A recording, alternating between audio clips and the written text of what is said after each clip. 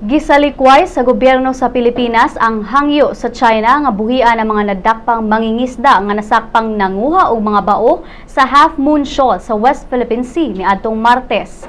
Ang China nimando gahapon sa Pilipinas nga buhian ang ilang mga mangingisda og barko apan si PNP Chief Alan Purisima niingon nga ang mga nadakpang 11 ka mga mangingisda ipaubos pa sa investigasyon aron masayran kung duna ba kini gilapas nga balaod.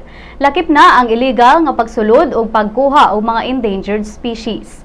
Nasikop sa PNP Maritime Group Special Boat Unit ang mga mangingisda sa China nga sakay sa duha ka mga barko nga dunay dulan 500 ka mga green sea turtles nga gikonsiderang endangered species o giprotektahan ubos sa balaod sa Pilipinas.